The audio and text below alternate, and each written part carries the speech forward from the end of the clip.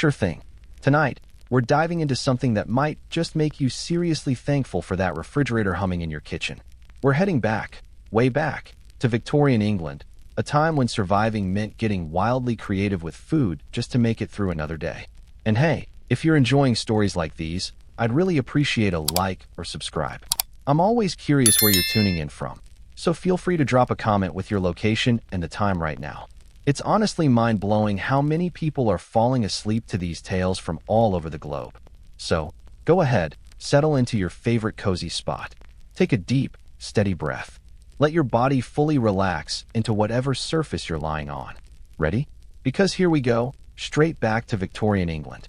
Picture this. You've just awakened in London, sometime around the year 1850. Your eyes flutter open in the soft gray light of early dawn seeping through a dirty window pane. But before you really register what you're seeing, you're hit by the smell, a pungent mix of coal smoke, damp wool, and something far less pleasant wafting from the chamber pot in the corner that's long overdue for emptying. You're lying on a rough, uneven straw mattress. Not rough wool, which many assume. That would actually be a luxury. No, this is just a coarse cotton sack stuffed with whatever straw your family could scrounge together. It's scratchy, a little damp, and probably crawling with tiny, unwelcome companions that occasionally nip at your skin. Your stomach gives a loud, familiar growl. That dull, aching hunger, that's your constant companion in this world. Your fingers are stiff with cold as you push aside the thin, threadbare blanket. The chill in the room cuts through you like a blade. There's no such thing as central heating here. Only the lingering warmth from the coal fire that burned low last night and finally died out hours ago. Coal costs money, and your family doesn't have much of that to spare. Outside, the city is already beginning to stir. You can hear it clearly through the paper-thin walls, street vendors calling out to the morning crowd. Hot eels. Get your hot eels. A woman's voice, raspy from years of shouting over the noise, slices through the still air. London is waking up, and with it, the daily grind resumes, the constant battle to scavenge just enough food to make it through the day. Now, here's the upside. You're alive during one of the most transformative moments in human history. The Industrial Revolution is in full swing, reshaping the world as people knew it. Queen Victoria reigns over the most expansive and powerful empire on the planet. But here's the downside. Unless you're part of the upper crust, the aristocracy, or the increasingly visible middle class, your relationship with food is complicated. And by complicated, I mean you're probably hungry more often than not. The Victorian era, which stretched from 1837, when Victoria took the throne, until her death in 1901, was a time of massive shifts. And nowhere were those changes more visible or more personal than in what people ate and how they got their hands on it. You swing your legs over the side of the bed. The cold wooden floor greets your bare feet with a jolt. The old floorboards groan under your weight. If you're lucky, this is a cramped apartment you share only with your immediate family. But more likely, you're in a single room that multiple families squeeze into, taking turns using the same mattress in shifts. They call it hot bunking. When one person wakes up for work, another takes their spot, still warm from the body that just left it. You coming down for breakfast? A voice calls from below. It's your mother. She's already been up for hours. The word breakfast triggers another hollow pang in your gut. What's on the table this morning? If you're lucky, really lucky, there might be some bread. But forget about the soft, airy stuff you're used to. Victorian bread is dense, heavy, and designed to be filling. It has to be. For many, this is the single largest source of calories they'll get all day. You head down the steep, narrow staircase. Each step creaks in protest underfoot. The kitchen, if you can call it that, is nothing more than a hearth with a single pot hanging above the coals. No fridge. No stove like the ones you're familiar with. Just open flame. If you can even afford the fuel to light it. Tea's brewing. Your mother says without looking up from the pot she's stirring. But this tea? It's not what you're used to. It's a weak, almost flavorless brew. These leaves have already been steeped multiple times, drained of nearly everything they once offered. The wealthy toss out tea leaves after one use. The poor? They stretch them until there's nothing left but colored water. Any bread? You ask, trying not to sound too eager. She nods toward the table where a small loaf sits. Half for now, half for tonight, she replies. You tear off your portion. It's hard, maybe a little stale, but it's still food. You dunk it into the tea to soften it, a common trick in households like yours. As you chew slowly, your thoughts wander to the long day ahead, and whether there'll be anything to eat later. Now, here's something important to understand. The Victorian era wasn't a one-size-fits-all experience. What you ate, how much, how often, depended on three big things: your social class, whether you lived in the city or countryside, and which part of the Victorian timeline you were born into. Because here's the thing, food in Victorian England didn't stay the same. It evolved dramatically from the early days to the later years of the era. And for many, especially in the early Victorian period, things were especially grim. The 1840s came to be known as the Hungry Forties, a bleak stretch marked by widespread food shortages and soaring prices that made daily sustenance a struggle for millions. But fast forward to the final years of Queen Victoria's reign, and even the working class was beginning to eat better than they had in generations. After finishing the last of your morning bread and tea, your mother quietly hands you a small cloth-wrapped bundle. For lunch, she says gently, "Don't eat it all at once." Inside is another piece of bread, this time with perhaps just a thin smear of dripping, the thickened fat left from whatever meat, if any, was cooked yesterday. If your family was fortunate enough to have meat at all, this meager ration might be all you eat until nightfall. You step outside, and immediately the full force of Victorian London slams into your senses. The noise is overwhelming, vendors yelling, horses clattering, iron-rimmed wheels echoing off the cobblestones, the shrill blasts of factory whistles in the distance. And the smell? Let's just say London's sewage system was still in its early, unreliable stages. But amid all this chaos, something unexpected stands out: food. It's everywhere. Victorian cities, London in particular, boasted a surprisingly rich variety of street food. Not that most people in your position could afford it, but the aroma alone was enough to make your mouth water. Penny a bowl. Hot eels, penny a bowl.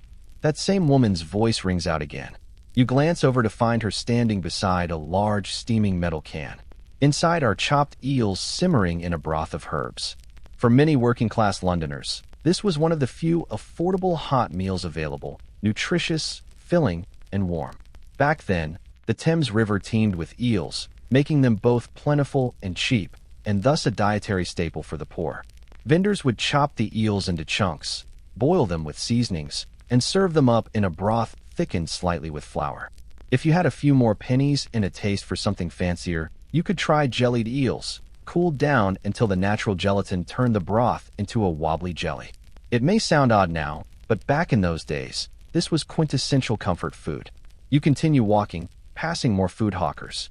One man is selling whelks, essentially pickled sea snails, preserved for longevity. Another vendor is offering sheep's trotters, the boiled feet of sheep, cooked until the meat falls right off the bone. A woman nearby has hot potatoes for sale, roasted whole in their jackets and then split open, releasing fragrant steam into the chilly morning air. This was Victorian England's version of fast food: quick to eat, easy to carry, satisfying, and above all, cheap.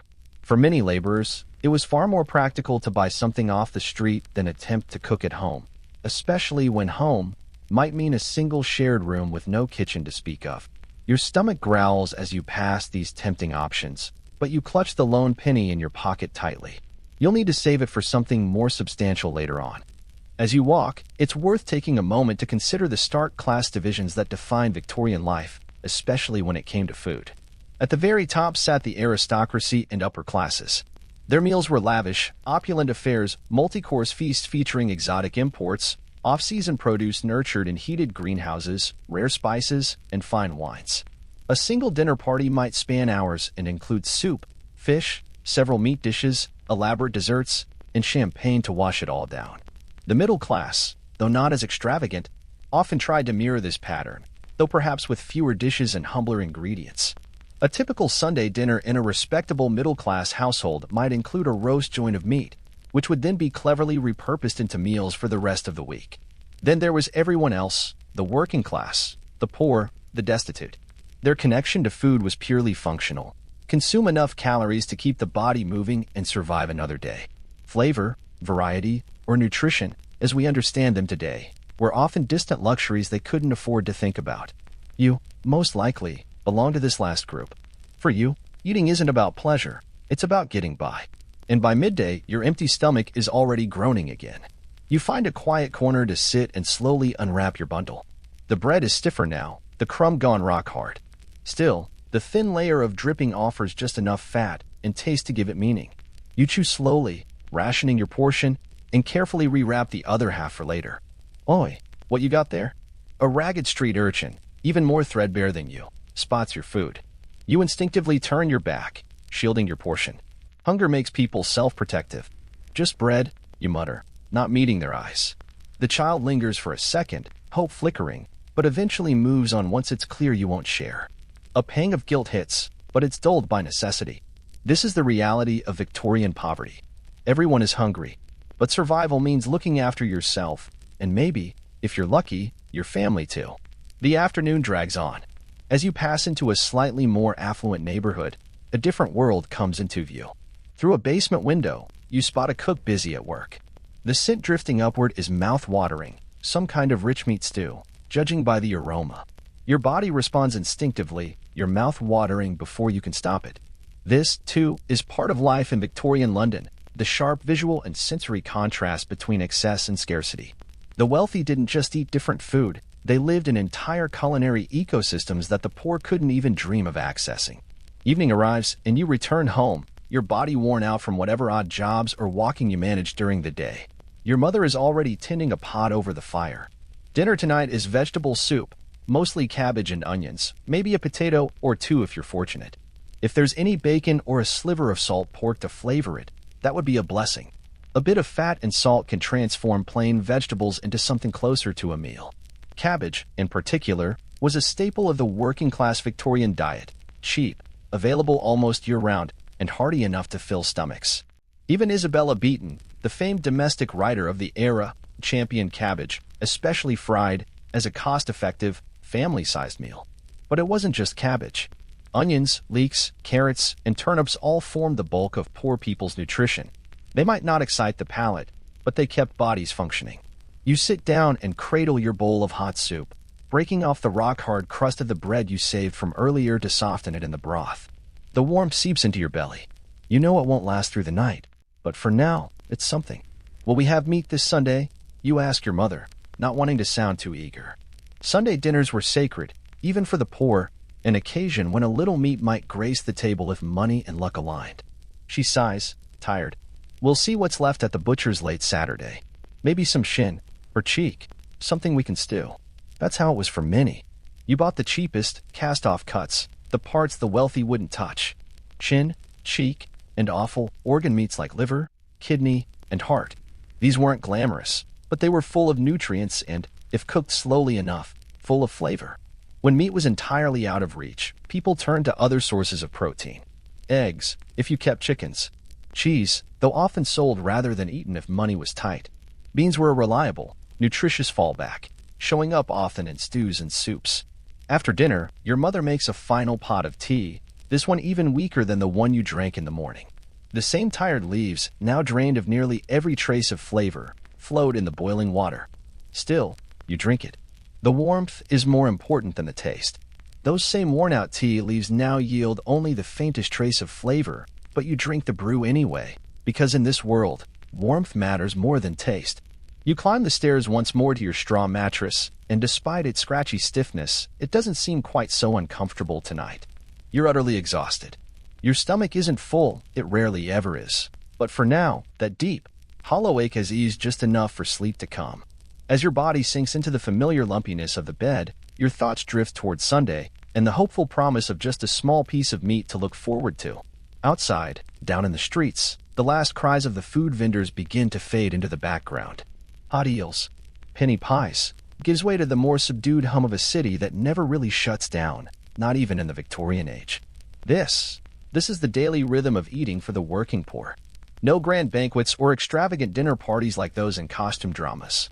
Instead, life is a quiet, determined battle to piece together enough calories to keep going. Bread, vegetables, weak tea, the occasional bit of meat. Simple food, but food that matters.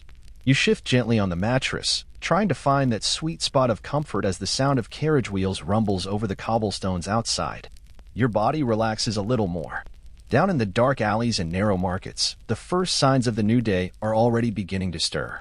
Fishmongers are sorting through their morning catches. Bakers are lighting fires in their ovens. Beyond the edge of the city, farmers are loading carts with fresh produce, preparing to haul them in. Morning light filters once more through the grimy pane above your head. It's another day in Victorian London. Your stomach wakes before you do. That familiar emptiness has already returned, gnawing and patient. But something feels different today. Because today is market day. You stretch out across the mattress, feeling each stalk of straw pressing through the thin fabric beneath you. The air in the room is freezing, cold enough that you can see your breath. Each exhale rises in a small puff of mist. Winter in Victorian England was cruel, especially for the poor. Without enough fuel to warm the home, cold and hunger became constant companions, working together in merciless partnership. Downstairs, you hear your mother already beginning her morning tasks. The familiar scrape of firewood, the metallic clank of the kettle being placed above the coals. The rhythm of the day is underway. But then, there's another sound. Or no, a smell. And it's sweet? You sniff again. Could it really be? You rush downstairs, more eager than usual. At the small table, your mother is carefully cutting something into modest portions. She glances up and offers a tired but genuine smile. Mr. Wilson at the bakery gave me the broken bits, she explained softly. Said they weren't good enough to sell, but still perfectly fine to eat. On the table are several uneven slices of what appears to be a plum cake or sweetened bread, not fancy by any modern standard, but in the eyes of a working-class Victorian child, this is nothing short of treasure. It's just the edges, she adds, nudging a piece your way, but it'll make the tea taste better. Now, it's important to remember, sweets weren't everyday indulgences for most Victorians.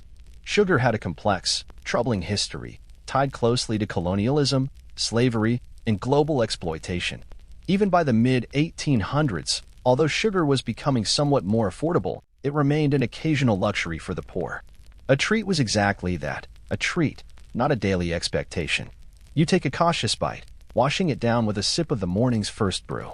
And then, a shock and explosion of sweetness against your tongue. After days of plain bread and boiled cabbage, this is a revelation. There's even a hint of dried fruit. No fresh fruit, of course, but pieces plumped up in baking, lending a richness that feels almost decadent. It's delicious. This fleeting moment of pleasure reveals something powerful about Victorian food culture. The divide between everyday survival and rare indulgence was enormous. But that divide made the indulgence, when it came, all the more vivid, all the more treasured. As you savor your unexpected breakfast, let's pause for a moment to trace the story of sugar itself, a story that shaped Victorian life and still ripples into ours. At the dawn of the 19th century, sugar was considered a luxury item. It had to be imported from distant colonies, where it was produced through the harsh labor of enslaved people and brutal plantation systems. The wealthy in Britain used sugar liberally, lavish puddings, elaborate confections, all markers of status and class. For the poor, a taste of sweetness was often reserved for special occasions, holidays, weddings, or rare market finds. But that began to change during Queen Victoria's reign. In 1833, the British Empire abolished slavery, which disrupted the global sugar trade and initially drove prices up. Then came the Sugar Act of 1874, which lifted the heavy taxes on imported sugar. Practically overnight, something that had once been reserved for the elite started trickling into ordinary kitchens. The result? A national sweet tooth. Candy and confections surged in popularity. By the end of the century, sweets were being produced and sold at an industrial scale previously unimaginable. You finish your piece of cake slowly, savoring the last crumb. It's market day, which means the streets will be brimming with life and food. You may not have much to spend, but just walking among the stalls is a sensory feast. Going to try the docks today, you tell your mother. Sometimes they need extra hands when the ships come in. She nods, her face a mixture of hope and concern. Dock work is hard.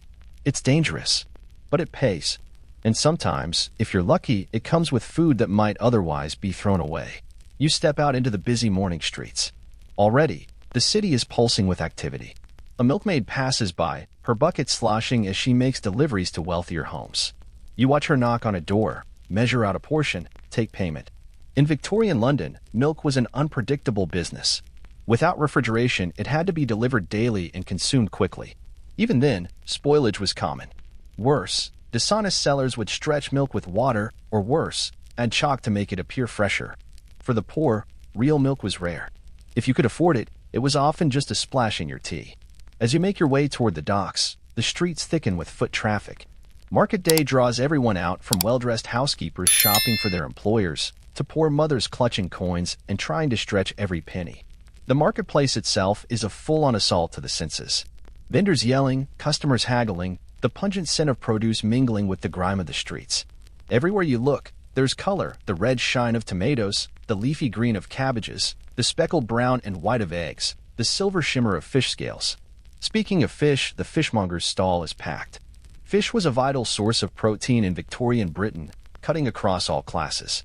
But the kind you ate revealed your station in life. The wealthy indulged in salmon, trout, fish that required ice and elegance. The middle class might enjoy cod or haddock. The poor made do with herring, sprats, and the ever-abundant eels. Fresh cod, straight off the boat. A vendor yells, gesturing proudly at his display laid out over a bed of ice, a luxury all its own in the pre-refrigeration world. Nearby, another vendor draws your attention. Penny a scoop. Whelks and cockles, penny a scoop. Shellfish, particularly in London, was another cornerstone of the working-class diet. Today, oysters might seem a delicacy, but in the 1800s they were cheap, accessible, and plentiful in British waters. Whelks, cockles, mussels, they were the fast, protein-rich snacks of the common people. There's even a well-known song from the period, Molly Malone, about a young woman selling cockles and mussels alive through the streets of Dublin. It's a musical echo of this very culture, one where street food offered the poor not only nourishment, but a bit of dignity and independence, too. You continue on through the crowd, your empty stomach a persistent reminder of why you're here. You're headed toward the docks, but the vibrant food displays along the way keep tugging at your attention. There's a baker with rows of bread lined up neatly on the shelves. A butcher stands behind cuts of meat hanging from iron hooks, the finer cuts hung at eye level, while the cheaper offal and trimmings are tucked lower, where the poorer customers know to look. One particular stall stops you in your tracks. A woman is selling small round candies with bold red and white stripes. Bullseyes. Finest mint bullseyes, she calls out, her voice slicing through the morning bustle. These are no ordinary sweets. This is something uniquely Victorian. Bullseye candies, named for their circular, striped appearance resembling a target, were among the most beloved confections of the age. Despite their unappealing name, these mint-flavored hard candies had captured the imaginations and the cravings of those who could afford the occasional indulgence. The 1800s ushered in a new era of sugar consumption. Technological advancements made it possible to produce sweets in far greater quantities and at lower costs. And by the final decades of Victoria's reign, candy was no longer an exclusive luxury reserved for the elite. Even members of the working class could enjoy a piece or two now and then. You pause in front of the stall, tempted. The penny tucked in your pocket could buy you several of these delightful little treats.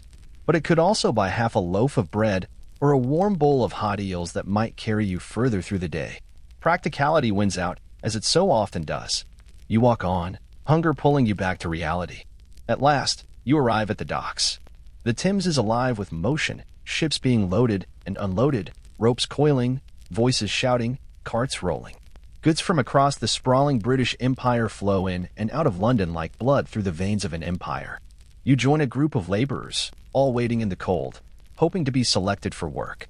The foreman steps forward, pointing briskly. You. And you. You too.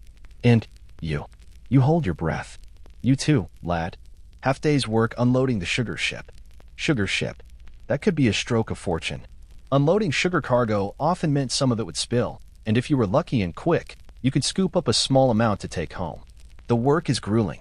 Each sack of raw sugar is heavier than you are, and they must be lifted one by one from the ship's hold to the warehouse. By midday, your muscles are screaming in protest. Your hands are blistered. Your clothes are damp with sweat, even in the biting air. But tucked carefully into a cloth in your pocket is a modest handful of spilled sugar, salvage treasure. Your mother will be thrilled. That sugar means sweeter tea for a few days, maybe even enough for a treat. At the end of the shift, the foreman hands out wages, just a few coins, your half-day's pay. It's not much, but paired with the sugar, the day has been a small success. On your walk home, your resolve wavers when you pass a street vendor selling hot pies. The smell is irresistible. These aren't the rich meat pies enjoyed by the upper class, with buttery crusts and select cuts. These are humble pies, cheap pastry filled with whatever meat was available, heavily padded with potatoes and onions. "What's in them today?" you ask the vendor. "Mutton," he replies. Though you know full well that mutton might be a generous term. It could mean actual sheep meat, or something far less identifiable. In Victorian England, food fraud wasn't unusual. What was labeled as mutton might turn out to be horse, dog, or in the worst cases, cat meat. But you're too hungry to care. You hand over your coin and accept the small, steaming pie. You break it open as you walk, releasing fragrant steam into the chilly air. The filling is greasy, salty, and chewy, possibly mutton, probably not, but it's warm and satisfying. Bits of potato and onion rounded out, with thick, peppery gravy pulling it all together. You eat slowly, each bite stretching the experience as far as you can. Along the way, you pass a group of children playing in the street. Their clothes are even more threadbare than yours. Their faces are pale, their cheeks sunken with hunger. One small boy watches you eat, his eyes fixed on your hand, unblinking. Victorian children faced some of the harshest realities when it came to food. Child labor was common. Kids worked long hours in factories, down in coal mines, as chimney sweeps, or hawking items on the street. They needed calories to grow and to fuel their tiny, overworked bodies. But often, they had less food than the adults around them. Some schools for the poor offered basic meals, a bowl of soup or porridge, to help children focus on learning. Charitable organizations like the Salvation Army stepped in with food depots, offering low-cost or free meals to the most desperate. But these safety nets were patchy. Many children still went hungry. You break off a chunk of your pie and hand it wordlessly to the watching boy. He grabs it quickly, as if afraid you'll change your mind, and runs off to share it with his friends. The small act of generosity lingers with you, softening the hunger still gnawing at your own stomach. Somehow, it makes the rest of the pie taste better. By the time you arrive home, the gray winter light is already fading into evening.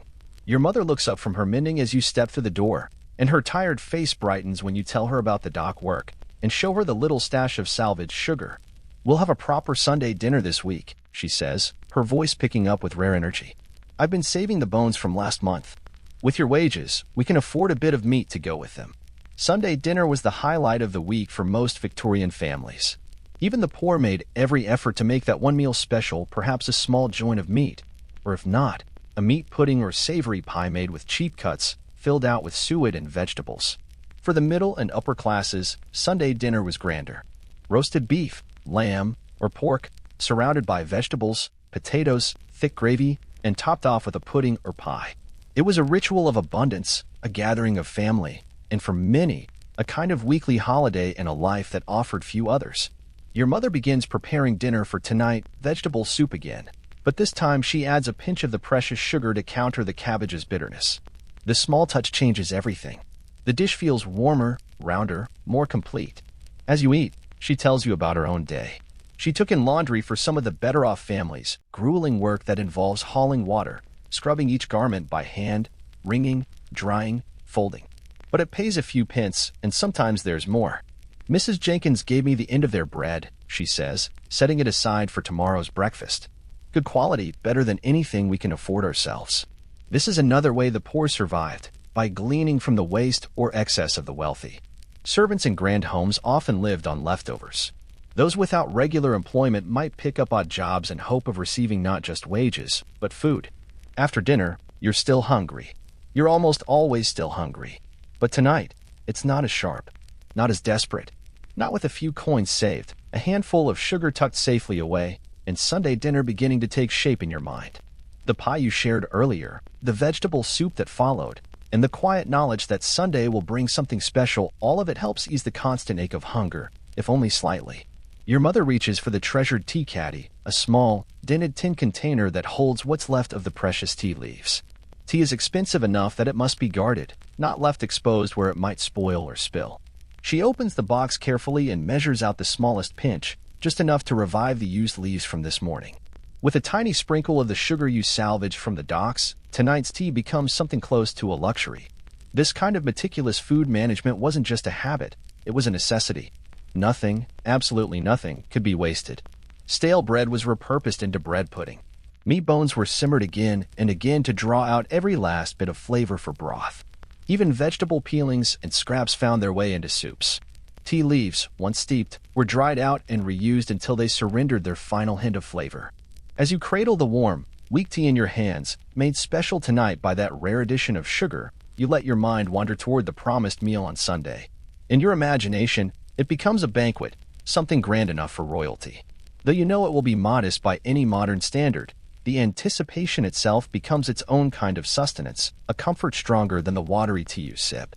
Evening begins to settle in, and with it comes the dimming of what little light fills the room. Candles and lamp oil are costly, so the darkness simply takes over. There isn't much to do after nightfall except sleep. Your body is already heavy with fatigue, muscles still sore from dock work, but it's the satisfying kind of tired, the ache that comes from having earned your bread. You climb back onto your straw mattress and pull the thin blanket up against the creeping cold. Outside, the city changes shape again. Day workers vanish into their lodgings, and the night shift emerges to take their place. Among them are the food sellers who cater to those who labor after sundown. You catch a faint call carried through the streets. Hot pea soup, penny a bowl. These nighttime pea soup vendors were a familiar fixture in Victorian London, offering cheap, filling meals to those still out working, or those too poor to have anything waiting at home. Their soups, made from dried split peas, onions, and sometimes a bit of ham or bacon if they could get it, were hot, hearty, and just affordable enough to be a lifeline for many. Tomorrow will bring another round of the same, more walking, more searching, more calculation. But tonight, with sugar tucked away in the cupboard, tea in your belly, and the image of Sunday's dinner flickering in your mind, the world feels just a little more manageable. As you listen to the distant voices and carts outside, your eyes begin to grow heavy. The mattress, as lumpy and thin as it is, doesn't seem quite so rough tonight. You feel your muscles begin to let go of the day's tension. You're settling in now. You drift into thoughts of Sunday's meal, imagining the scent of meat simmering through your small home. Slowly, gently, your body relaxes. The sounds of the last street vendors echo faintly as they wrap up their day in the darkened streets of London. And in your dream, there's a table, long and wooden, worn with age, set with a feast you've imagined 100 times before. But morning returns, as it always does, with light filtering through the soot-smeared glass overhead. The dream vanishes, and the reality of the day begins again. Sunday is still a day away, but today brings its own kind of hope. You blink the sleep from your eyes, feeling the straw beneath your back and the weight of your limbs from yesterday's work. Through the paper-thin walls, you hear the familiar city soundtrack, street vendors calling out, carriage wheels clattering, a train whistle howling faintly in the distance. Downstairs, your mother is already deep into her morning routine. The kettle hums gently on the hearth.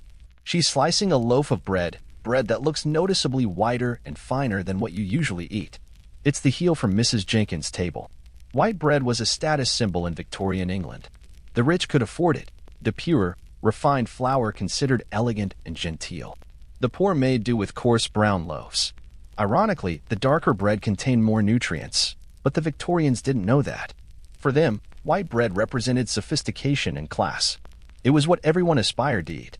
Got plans today? Your mother asks as you sit at the small table. You nod. Thinking I'll try the market again, you say. At the end of the day, sometimes they sell things cheap rather than take them home. She nods with quiet approval. This is another well-known survival tactic, timing your shopping just right. As market day winds down, vendors are more likely to cut prices just to avoid hauling perishables back home. If you're sharp and patient, even a few pennies can stretch surprisingly far. This morning's tea is a little better than yesterday's. It's the first steeping of the day, with just the faintest echo of that precious sugar. The bread is soft, clean, and light, free from the gritty texture that sometimes betrays the adulteration of cheaper loaves. Food fraud was rampant in Victorian England. Dishonest bakers might add chalk, alum, or even crushed bones to bulk up flour. Milk could be diluted. Coffee often came mixed with chicory, or worse, ground acorns. The poor had no recourse. They lacked the power, knowledge, or money to avoid such scams. It wasn't until later in the Victorian period that food safety laws began to push back. The Adulteration of Food and Drink Act of 1860 was a start, though limited in scope. It wasn't until the Sale of Food and Drugs Act in 1875 that real penalties began to take effect, offering some protection for those most at risk. After breakfast, you head out once more. The streets aren't as crowded as they were yesterday, but the steady thrum of life continues. You pass a man with a heavy metal container strapped to his chest. Steam rises from its lid. Pea soup. Hot pea soup, he calls. The smell is rich, savory, salty, and deeply warming. Pea soup was a backbone meal for the working poor. Made from dried peas and flavored with onion and the occasional scrap of pork, it was filling, nutritious, and cheap. Vendors carried it in insulated cans and served it into mugs, which customers would sip standing right there, returning the mugs when done. Still, you keep walking. You're saving your pennies for later, hoping to catch the day's final bargains at market. The city unfolds around you, the tightly packed slums gradually giving way to more spacious streets and shop fronts. Even the air shifts. There's less of the sour sewage and sweat. Now, it smells of coal smoke and manure, not pleasant, but a change. On one corner, a man stands beside a small cart with a built-in oven, hawking hot potatoes baked in their skins. Jacket potatoes, hot and floury. Penny apiece, he calls. Potatoes had become another cornerstone of the poor's diet. Introduced centuries earlier, they were cheap, hearty, and easy to grow in British soil. The Irish potato famine of the 1840s revealed the danger of over-reliance on one crop. But in England, where diets were slightly more varied, potatoes remained a reliable staple. A hot jacket potato wasn't just a meal. It could warm both your stomach and your fingers on a bitter day. Next to the potato seller stands a woman with a tray of something simpler, gingerbread. Fresh gingerbread, she calls. Gingerbread was another Victorian favorite. Unlike expensive refined sweets, it was made with trial or molasses, more affordable sugars. The bite of ginger gave it warmth, especially welcome in the colder months. Some sellers offered molded gingerbread figures, angels, horses, men, but hers are simple squares, cut for utility and priced for the working class. The scent of spice hits you hard, nostalgic and deeply evocative. It stirs a memory from some rare holiday in your childhood. A brief moment when sweetness was part of your world. Your mouth waters. But you walk on. The market is your goal today. By midday, you've walked miles through the twisting streets of London. Your stomach complains. Loudly. But you've learned to ignore it. At last, you reach the market. It's quieter than yesterday, but still active. You begin your slow circuit, browsing stalls, noting prices, calculating carefully what will be most filling for the least cost. A fishmonger catches your eye. He has a barrel of pickled herring. Herring cheap, abundant, easy to store, was a staple of the working class. And pickling meant it could last without refrigeration. The taste of pickled herring is bold, sharp and briny, and it takes some getting used to. But for the working poor, it offers something precious, real protein, rich in fat, and shelf-stable without refrigeration. Tuppence for 4, the fishmonger says, spotting the interest in your eyes. Good ones too, pickled just last week. For herrings would stretch nicely into a few meals over the coming days. Still, you hold back. Prices often drop as the market nears closing. It's worth waiting. Next, you find yourself at a butcher's stall. The prized cuts are clearly beyond your budget. Fine cuts of beef and lamb hanging at eye level. But below them, there's a tray of awful organ meats and trimmings that most of the wealthy would never consider. Kidneys, liver, tripe, a slab of cow stomach, and, resting at the edge of the tray, a sheep's head. For the Victorian poor, offal was not only accessible, it was essential. These discarded parts, when properly cleaned and cooked, could be both nourishing and flavorful. Kidneys could be deviled, seasoned with strong spices. Liver with onions was a staple. Tripe, though tough, could be simmered for hours until tender. And that sheep's head? It could feed a family.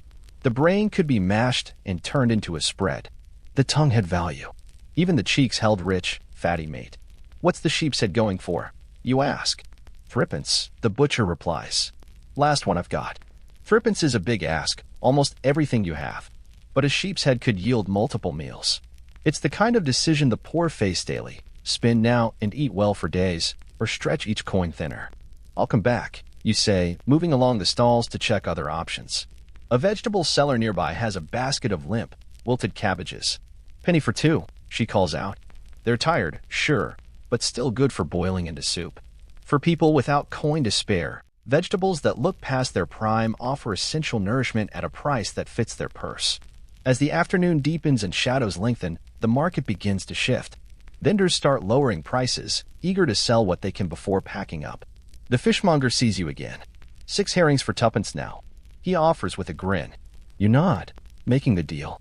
The sheep's head, too, has dropped, now just tuppence. The cabbage seller is practically giving hers away. This is what you were waiting for. With care and quick negotiation, your small purse stretches far. You walk away with the sheep's head, 4 herrings, and 3 cabbages, saving a halfpenny compared to what it would have cost earlier in the day. It's a load to carry, wrapped in yesterday's newspaper, but it represents security, enough food for several days, maybe more. As you make your way home, heavy bundle in arms, you pass a grand house on a clean, quiet street. Through a wide kitchen window, you catch a glimpse of a different world. A large joint of beef is being basted in a roasting pan. Vegetables are being peeled and trimmed, cut to uniform shapes. A cook is giving precise instructions to a team of kitchen mates. The atmosphere is one of choreography and order. The contrast couldn't be more stark. For the wealthy Victorians, dinner wasn't merely a meal, it was an event. Multi-course meals followed French traditions: soup, fish, multiple meats, perhaps game, sweet puddings, savory pies, cheese, dessert. Everything plated with intention. Meals were meant to impress, not just sustain. And for the middle class? They imitated this ritual when possible: fewer dishes, fewer servants, but the structure remained.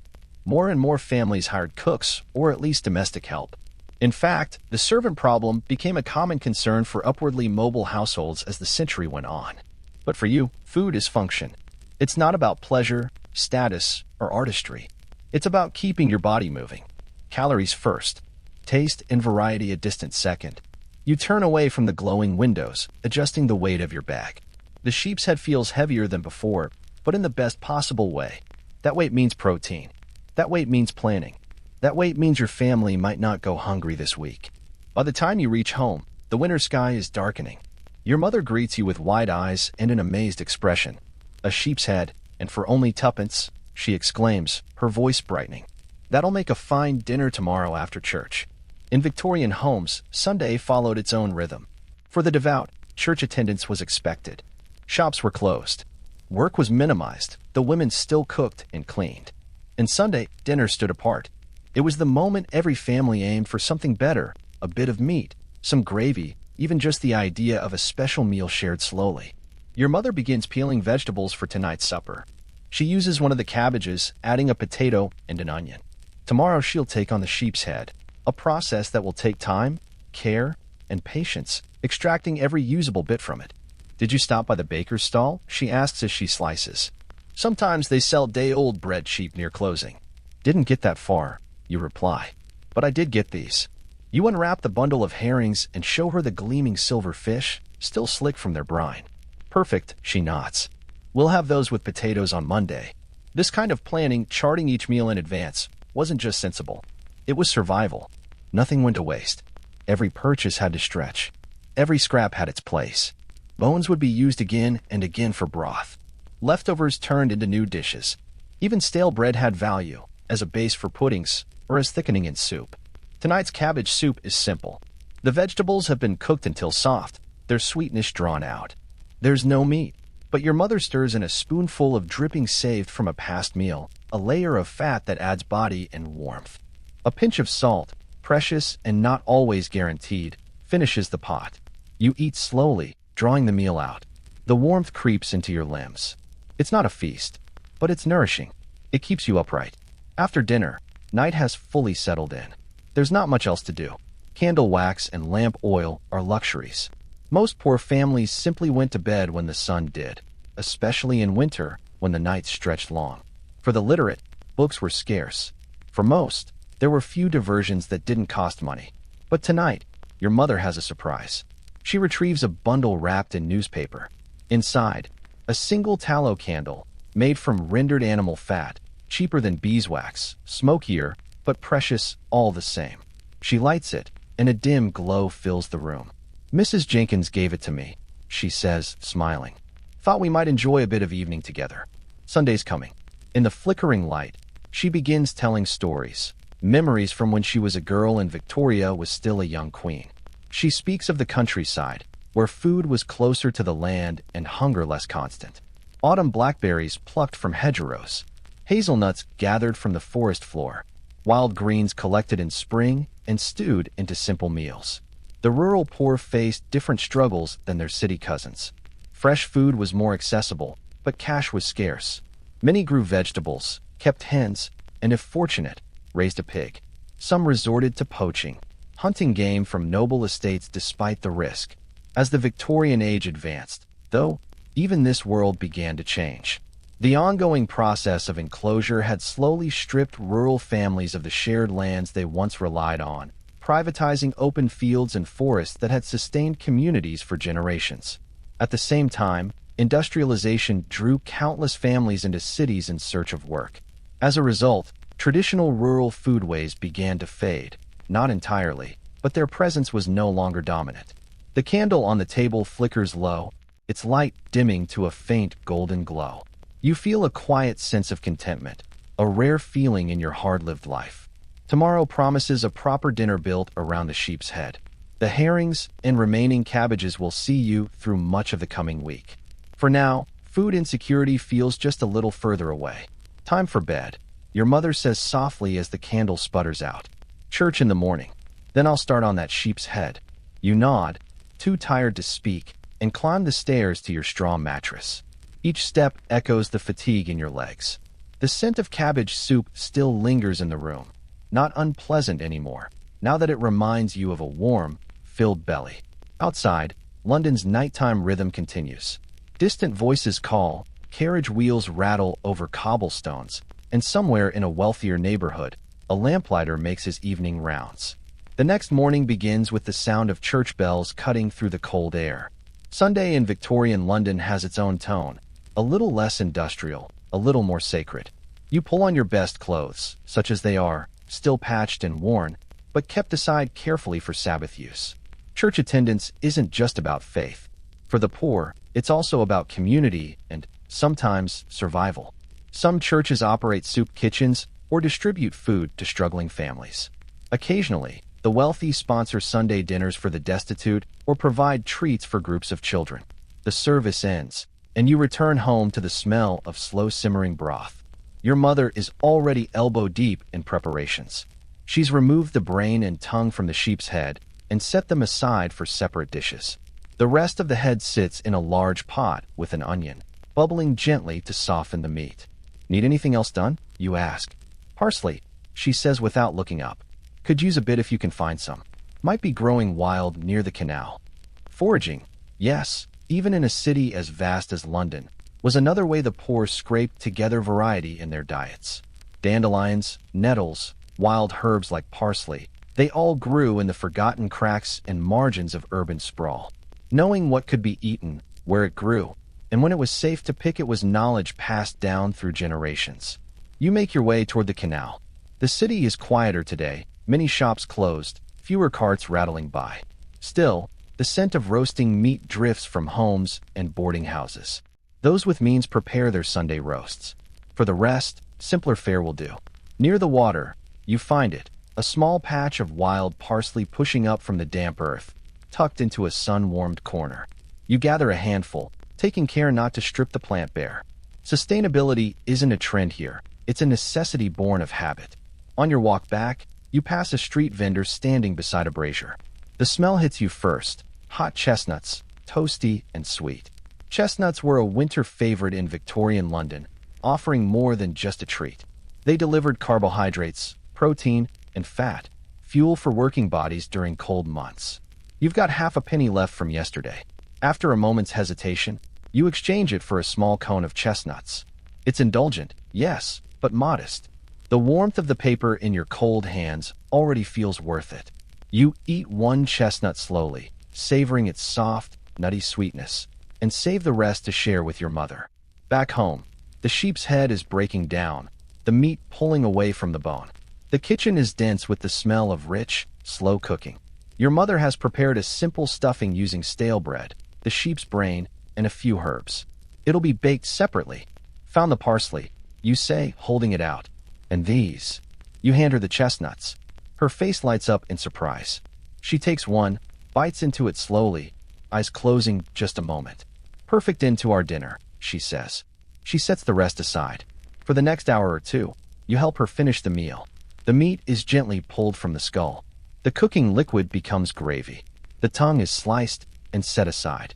The brain stuffing is molded into small cakes, baked until golden and crisp. Potatoes, still in their skins, are boiled until fluffy. One of the remaining cabbages is chopped and stewed with a spoonful of saved dripping. When it's all assembled, laid out on your chipped ceramic plates, It looks like a feast by your standards. There's meat. There are vegetables. There's even gravy. The portions aren't large, and some things will be saved for the coming days, but it's more substantial than almost anything you eat during the week. You sit at the table. Your mother offers a brief prayer, thanking God for what you've received. Then you begin to eat, slowly and with intention. The meat is tender and deeply flavorful. The brain cakes are soft and savory, almost creamy. The potatoes are earthy and warm. The cabbage, cooked until sweet, finishes the plate. It may lack the refinement of the grand tables you passed earlier in the week, but there's pride in this meal. Pride in knowing it came from effort and resourcefulness, in turning discarded ingredients into something nourishing and real. This is a meal earned, not given. After the plates are mostly cleared, you take out the chestnuts. You each eat one, chewing slowly, making the sweetness last. It's a humble dessert, but a perfect close to the day's meal. Then comes the work of preservation. The remaining meat is wrapped for tomorrow's meal. The bones return to the pot for a final batch of broth. Even the potato skins are saved. They'll be roasted later in the week, crisped up into a treat. The night closes in around you. There's warmth in your belly and a sense of calm in your chest. For now, you are fed. There is food for tomorrow. In the hard world of the Victorian working class, that temporary certainty, that brief breath of relief, was as close to luxury as most would get. You help clean up, then sit quietly by the fire with your mother. The chestnuts, the good meal, they've created something fragile but real, peace. Your body feels stronger, nourished. Muscles that have only ever known tension now begin to relax into something softer.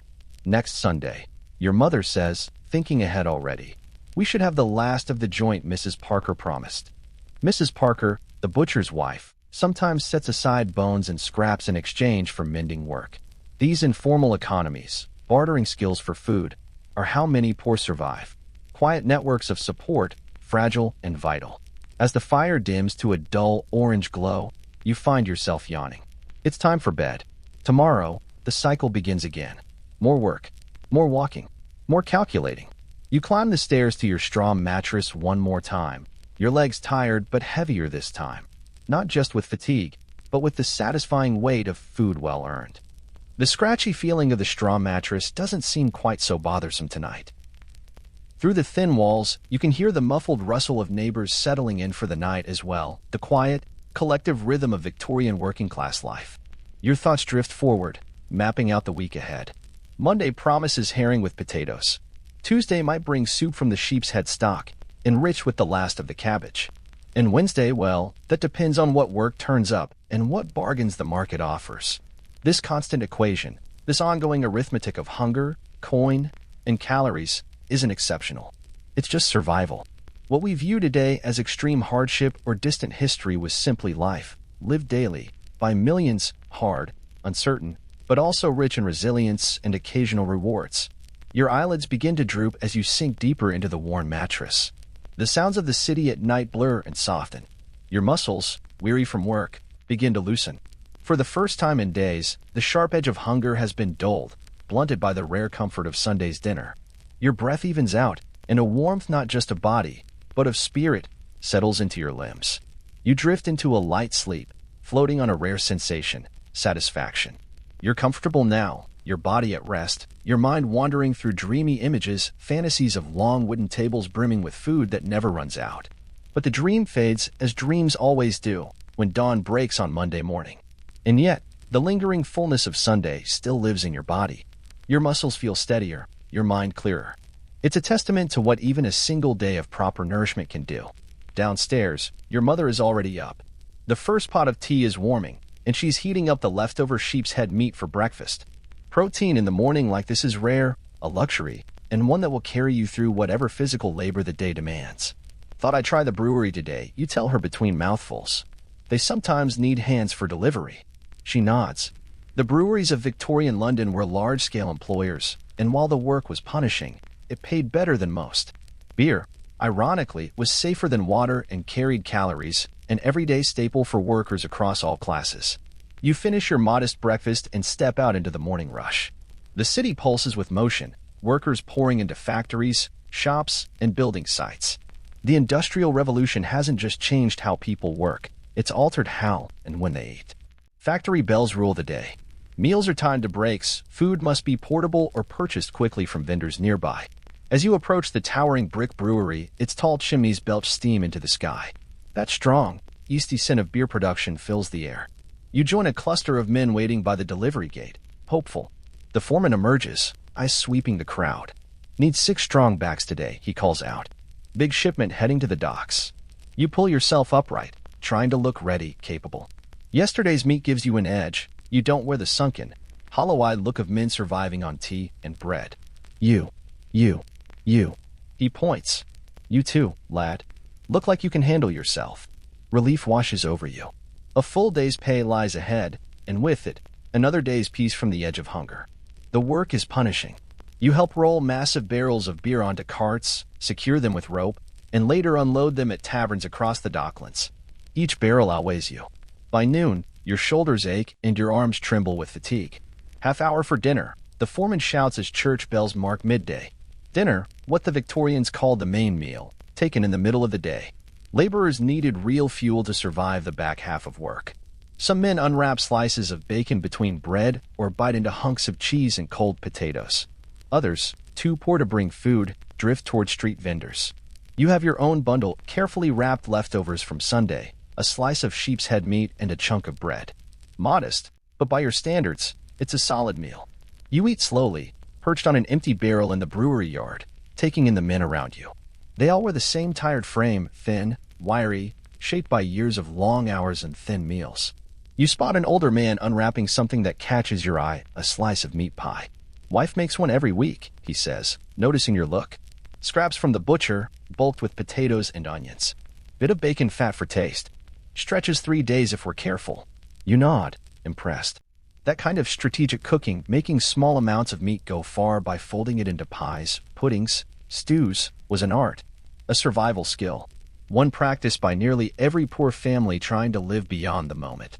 The afternoon is just as grueling as the morning, but you press on, driven by the strength of that midday meal. When the workday ends, the foreman pays you in coins, small but significant. Money for rent, for food, for peace of mind.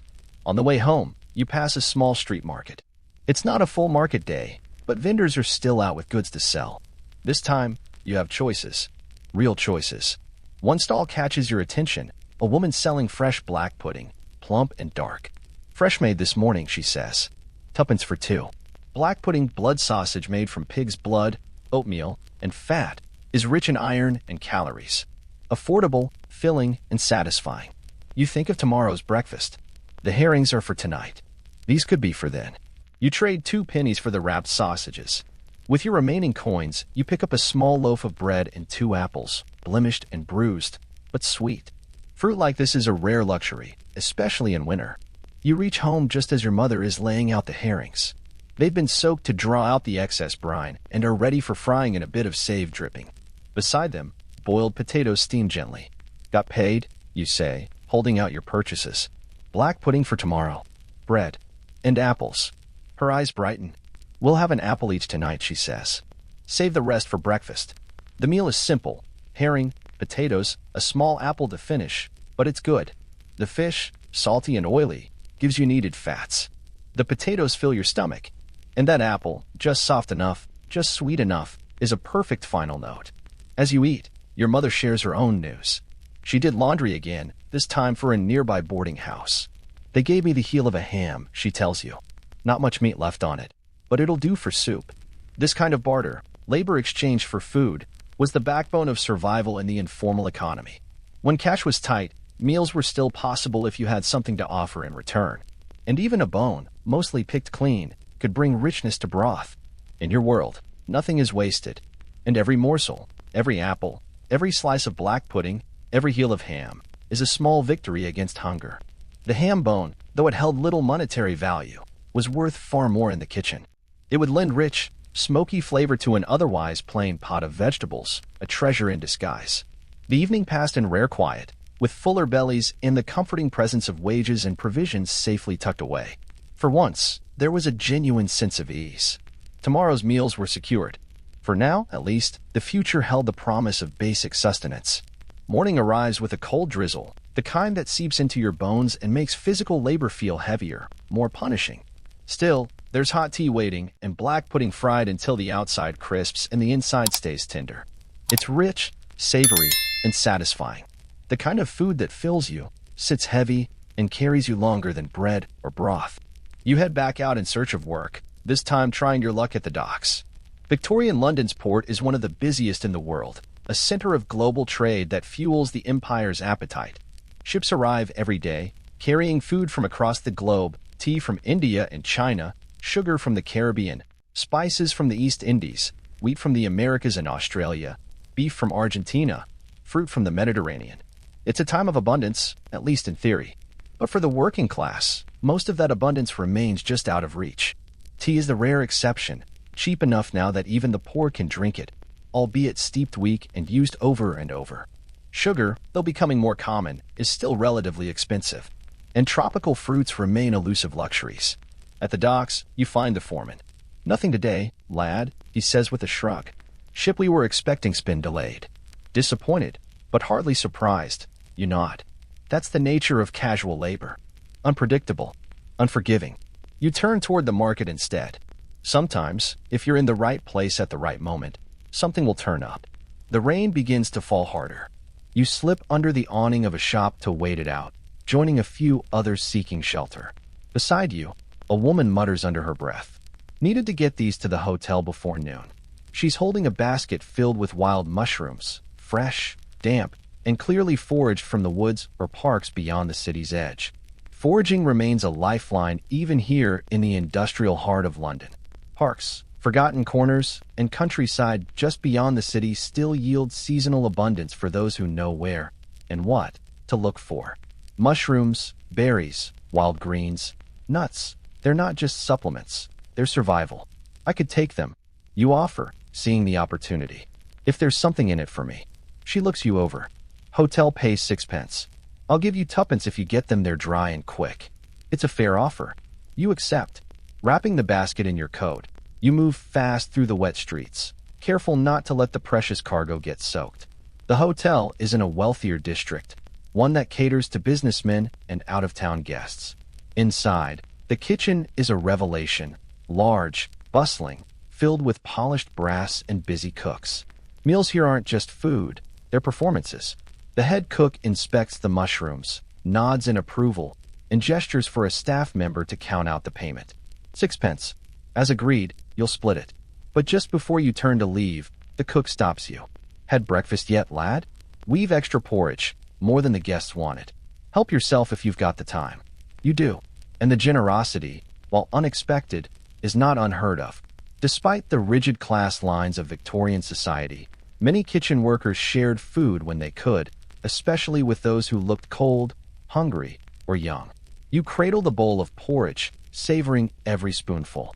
It's creamy, sweetened with sugar, topped with soft stewed fruit. Compared to the thin oats you might manage at home, if you could afford oats at all, it's almost unrecognizable. You eat slowly, gratefully, aware that this small moment of warmth and fullness is an exception. With a full belly and 2 pence in your pocket, you head back through the rain to find the woman and give her her share. She thanks you, both for the money and for keeping the mushrooms dry. "Look me up if you ever need work," she says. "I supply a few kitchens. Sometimes I need help." It's not just a kind word. In the informal economy of Victorian London, this kind of network is crucial. For many, regular work doesn't exist. Survival means knowing who might toss you a job or a meal when the need arises. The rain softens to a drizzle as you continue your walk. Fewer vendors are out now, and those who remain look soggy and worn, their goods protected under damp tarps and fluttering cloth. A fruit seller near the corner is struggling to shield his cart from a fresh gust of wind and rain. You step in to help him secure his oilcloth over the produce. "Appreciate it, lad," he says, handing you a small sack in return. "Take these." Inside, a handful of plums. They're soft and spotted, too bruised for rich customers, but perfectly fine for stewing. Fruit like this is rare in the diets of the poor, especially in winter and early spring when little grows.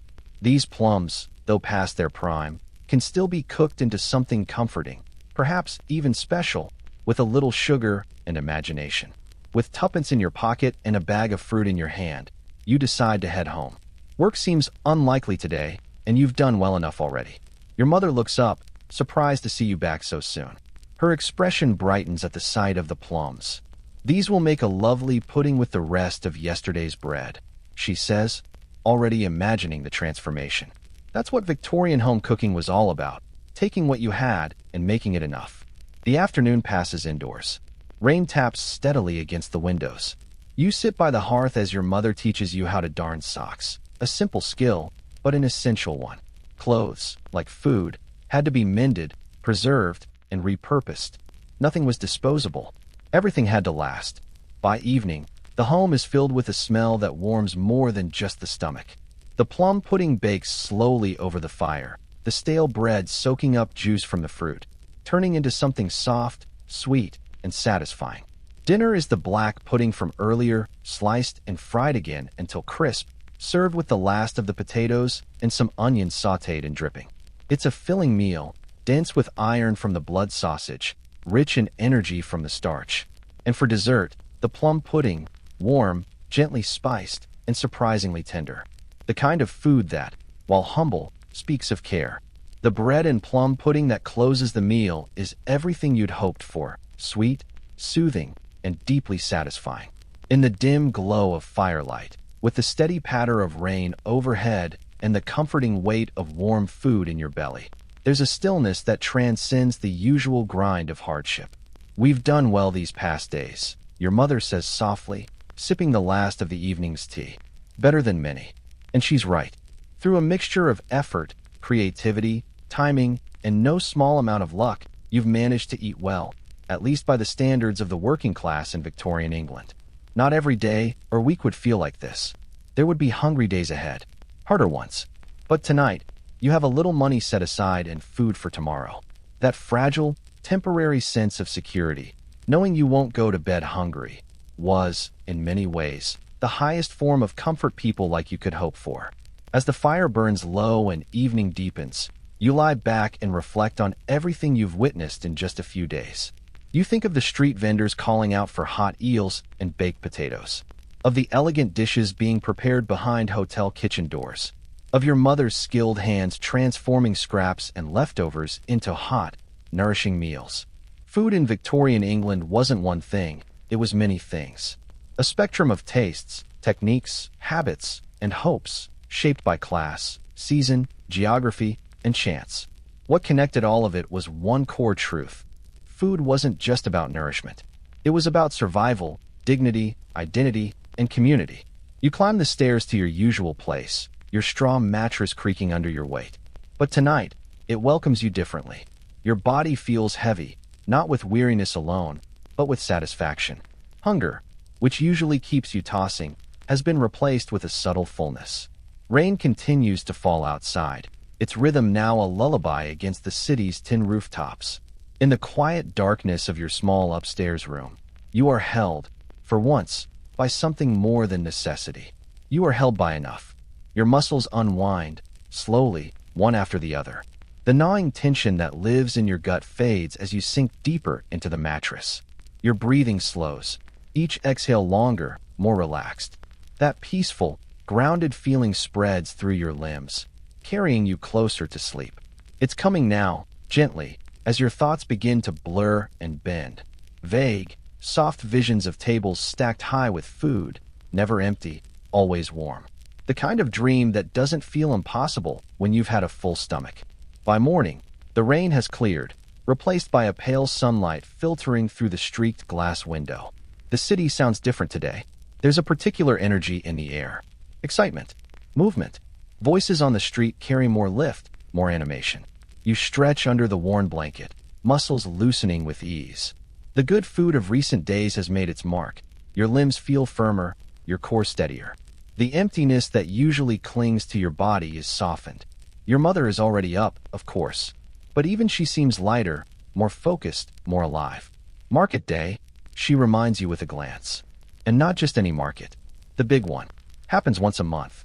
That explains the energy outside. Most weeks, the neighborhood market is enough. Local vendors, predictable stalls. But today, traders from farther afield have come to town. More goods, more noise, better prices, more chances to find something special. She sets a bowl of porridge on the table. Real porridge, not just bread crumbled into weak tea. It's plain, made with water, no sugar or fruit, but hot and filling. Oats are cheap and hearty, especially for working bodies. In places like Scotland, porridge is a daily staple, eaten in different forms all week long.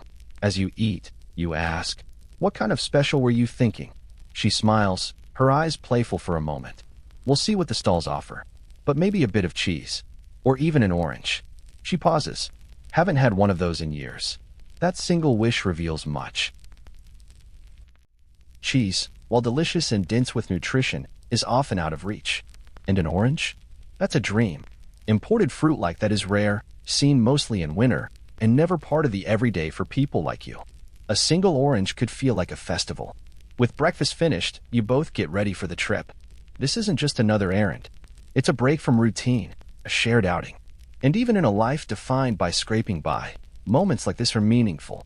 Moments where you choose, where you reach beyond necessity, even briefly. The streets are alive. People of all stripes stream toward the market district. There's a buzz in the air, anticipation, noise, color.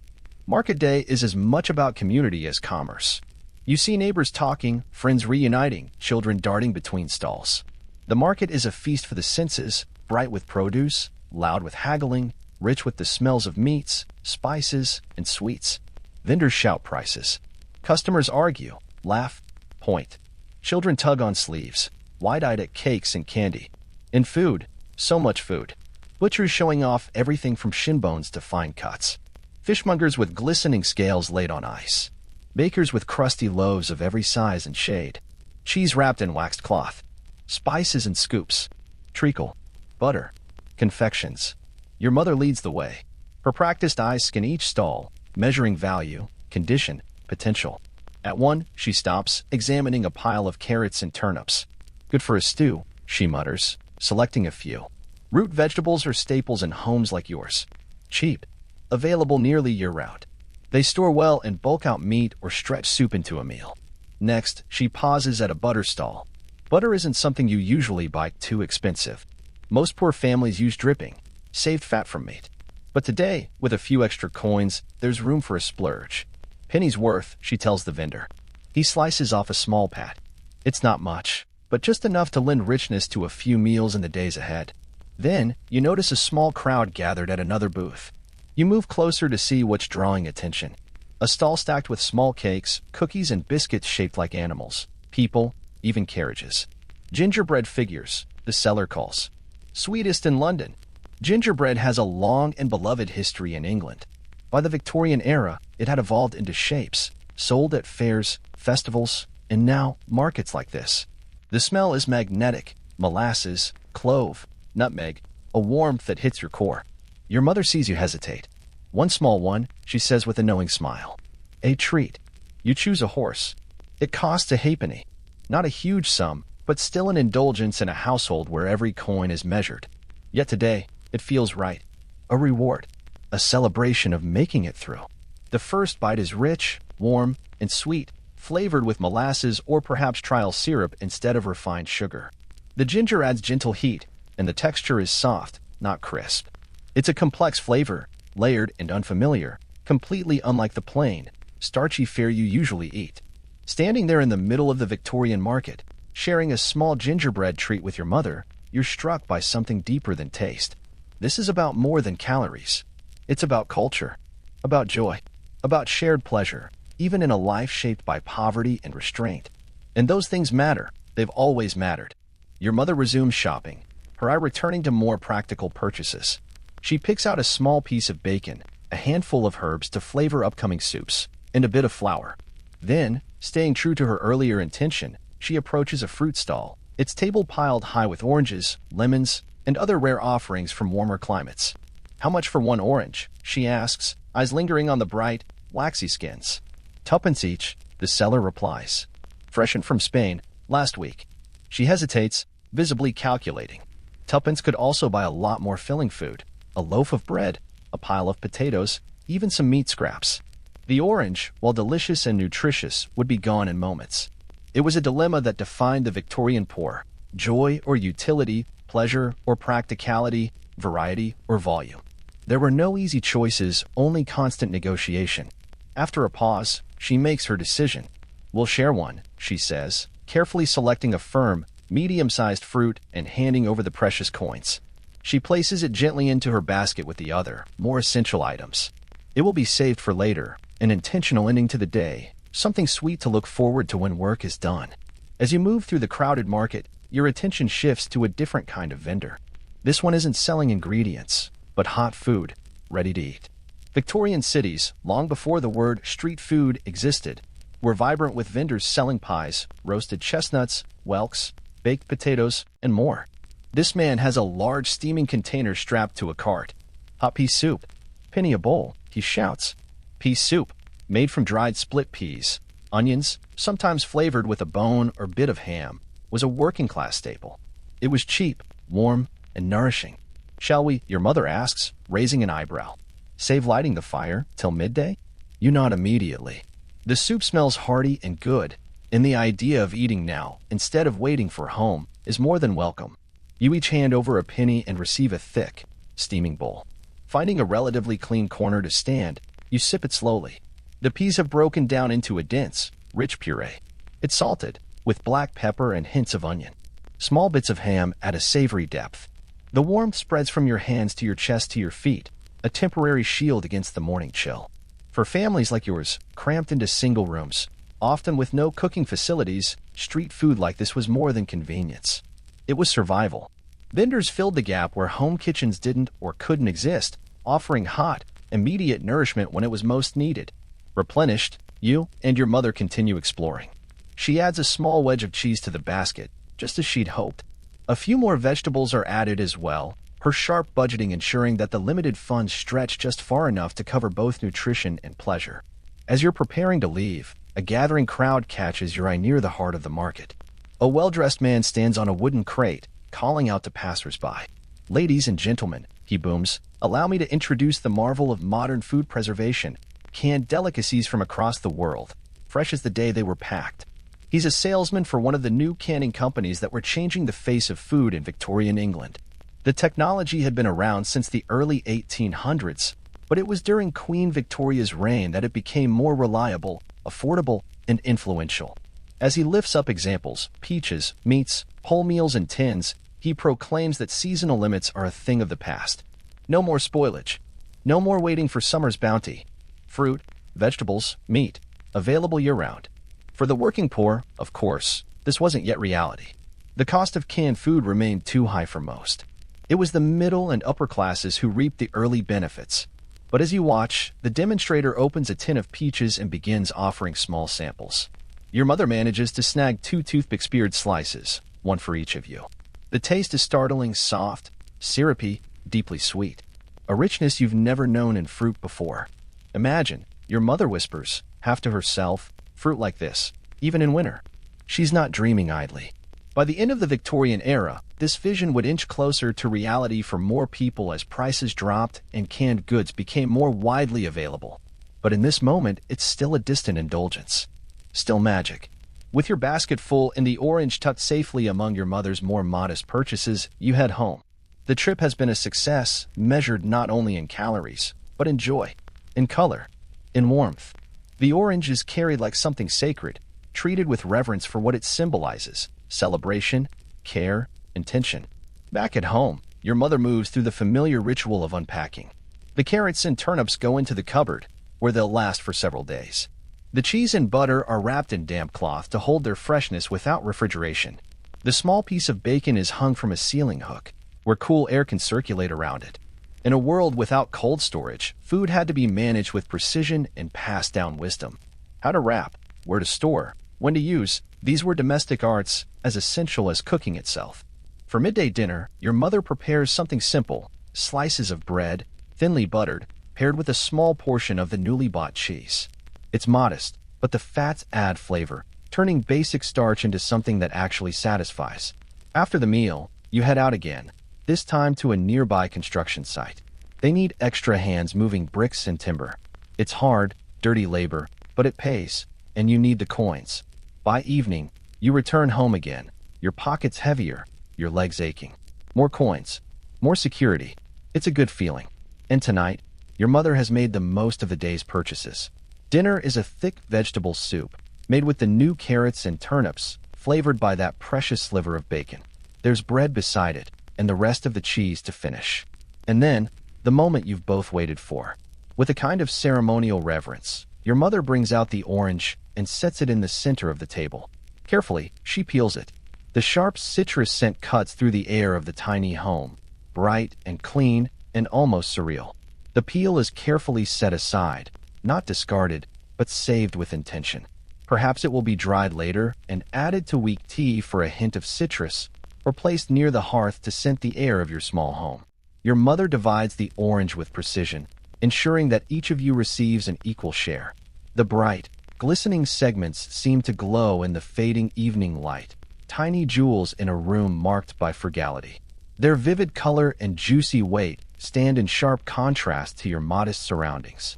The first taste is a shock of sweetness and tang, piercing in its freshness, nothing like anything that graces your table on a regular basis. Juice escapes and runs down your chin. You wipe it away quickly with the back of your hand, unwilling to waste even a drop. Each segment is cherished, eaten slowly, thoughtfully, stretching the joy as far as it can possibly go. This simple moment encapsulates something essential about the way food functioned in the Victorian world across all classes. Special foods, rare treats, and shared indulgences weren't just about sustenance. They were about marking time, creating memory, binding people together. Whether served at a working-class table or a noble feast, the joy of food carried emotional weight. It was celebration, comfort, ritual. As twilight deepens, your mother puts the kettle back on one last time.